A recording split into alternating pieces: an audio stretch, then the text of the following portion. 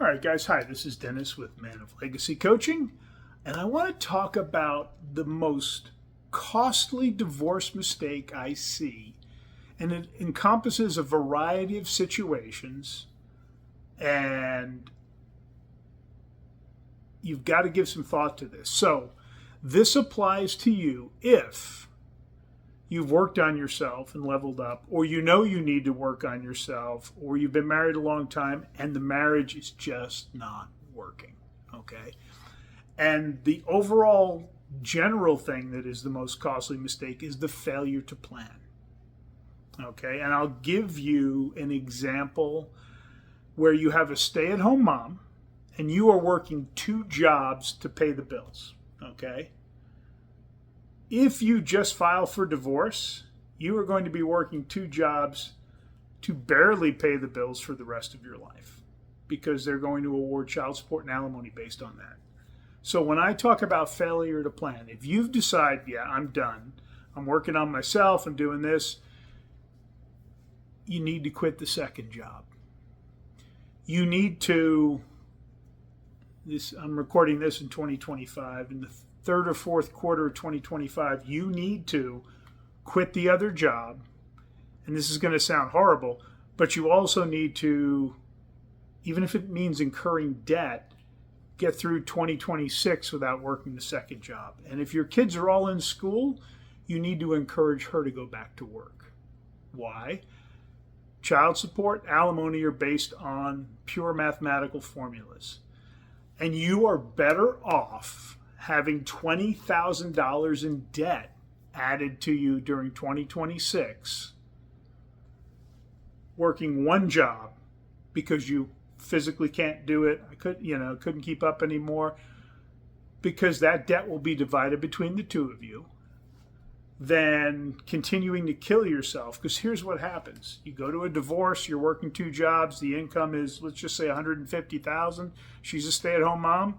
There's a zero there, and they're going to base everything off of 150.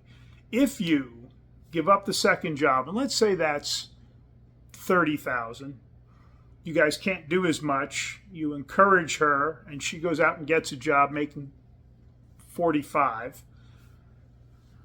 Instead of having 150,000 to zero on the equation for child support and alimony, we now have 120,000 and 45,000, which is less. It's a $75,000 difference. A lot more manageable. Is that right? Math right? Yeah, sounds about right. Maybe it's 85,000. But that's what I'm talking about. You have to be strategic. You have to plan. You cannot be emotional. And it comes down to, if the kids are in school, depending on their age, a stay-at-home mom needs to have purpose, needs to have something to do, and bringing in money to the household is a good thing. And if you do have debt, that's a great way to help start reducing that debt when the time comes. Also, if you are done, or you're not sure if you're done, no major purchases. She doesn't need a new car. And if a car dies, oh, I need a new car. No. A new to you used car that you could pay cash for, or that can be paid off quickly.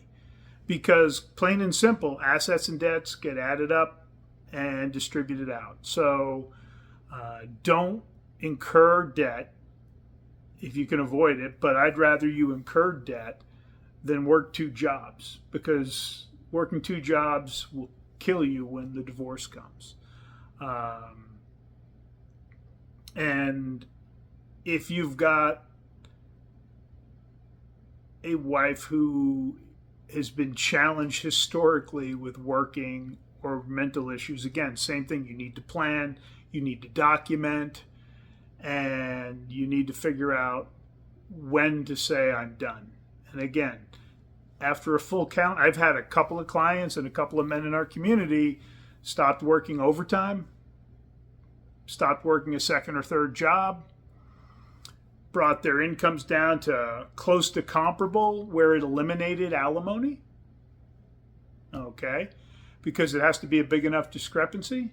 And the kids were out of the house in one case. So instead of paying alimony to a woman who may or may not have had an affair and wanted out of the long-term marriage, now he's free.